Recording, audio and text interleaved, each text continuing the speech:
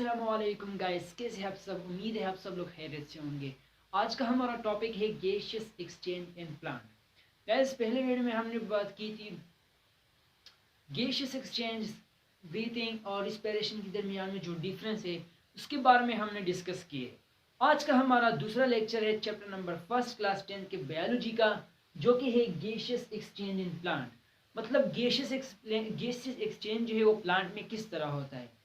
ठीक है गाइज, हमारे पास सबसे पहले गैसियस एक्सचेंज को हमने डिफाइन किया कि मतलब वो प्लांट में जब कार्बन डाइऑक्साइड ऑक्सीजन की जो एक्सचेंज है, मतलब प्लांट जब कार्बन डाइऑक्साइड लेते हैं, ऑक्सीजन को आउट करते हैं, और रात के टाइम जो ऑक्सीजन को ले रहे हैं और कार्बन डाइऑक्साइड को आउट करते हैं, so that simply known as gaseous exchange.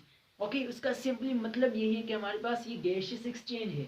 The exchange of gases carbon dioxide and oxygen is simply known as gaseous exchange. मतलब प्लांट के बॉडी में गैसियस एक्सचेंज का मतलब ये होता है कि कार्बन डाइऑक्साइड ऑक्सीजन की जो एक्सचेंज प्रोसेस है, जो साइकिल है, इसको हम सिंपली गैसियस एक्सचेंज बोलते हैं। ठीक है, अब बात है कि प्लांट में किस तरह से गैसियस एक्सचेंज होता है। सिंपली प्रोसेस है, बस दो मैकेनिज्म है, वो याद रखिए, आप लोग भी इंशाल्लाह कभी नहीं भूल पाएंगे। ठीक है, अब मैकेनिज्म क्या है, ड्यूरिंग नाइट टाइम, मतलब दो टाइम ही होता है। हमारे पास एक डे टाइम होता है जहाँ पे सनलाइट होता है, रोशनी होती है, और एक तो नाइट टाइम होता है जहाँ पे तारीख होती है, मतलब कोई रोशनी वाला नहीं होती। ठीक है, अब इसके अलावा during night time all cells carry out respiration. इसका मतलब यही है कि मतलब रात के टाइम जो है ना, सारे सेल्स सिर्फ और सिर्फ रिस्पायरेशन ही प्रोसेस अदा करते हैं, परफॉर्म करते हैं। ठीक है, नो फूड सिंथेसिस अकर। इसका मतलब यही है कि मतलब रात के टाइम प्लांट के बॉडी में कोई फोटोसिंथेसिस नहीं होता due to absence of sunlight. Sunlight की एयर मौजूदगी की वजह से प्लांट मतलब वो प्रोसेस परफॉर्म नहीं करता, तो सिर्फ प्लांट जो है ना वो रिस्पिरेशन प्रोसेस परफॉर्म करता है। अब रिस्पिरेशन के लिए प्लांट क्या लेते हैं, ऑक्सीजन लेते हैं।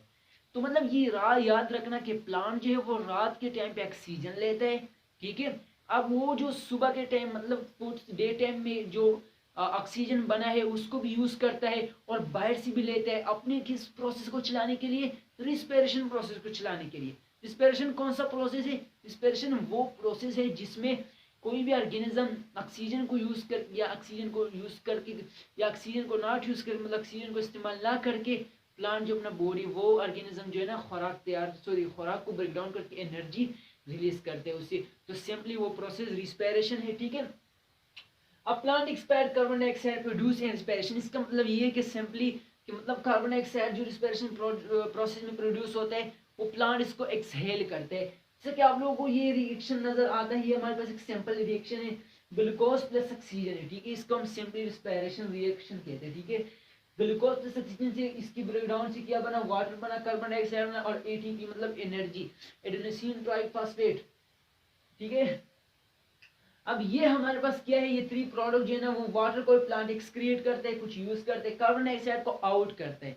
ठीक है, नाइट के टाइम में याद रखना कि प्लांट के बॉडी से कार्बन डाइऑक्साइड रिलीज होता है। ठीक है, अब एटीपी हमारे पास सिंपली वो प्लांट का एनर्जी यूनिट है जो कि वो अपना यूज करता है। ठीक है, अब आते हैं डे टाइम पे।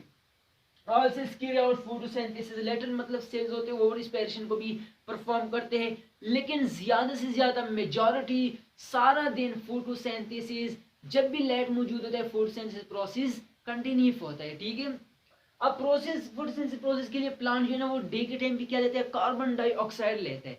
मतलब फोटोसिंथेसिस के लिए जो एसेंशियल थिंग्स वही कार्बन डाइऑक्साइड है और वाटर है। ठीक है, कार्बन डाइऑक्साइड प्लांट डे के टाइम ले रहे हैं। ठीक है, मतलब रात के टाइम जो प्रोसेस अपोजिट हो जाता है। ठीक है, अब डे के टाइम जो है ना प्लांट के जो प्रोसेस फिर से उल्टा हो जाते हैं, ऑपोजिट हो जाते हैं। मतलब डे के टाइम पे ऑक्सीजन कार्बन डाइऑक्साइड लेते हैं, ऑक्सीजन को एक्सहेल करते हैं।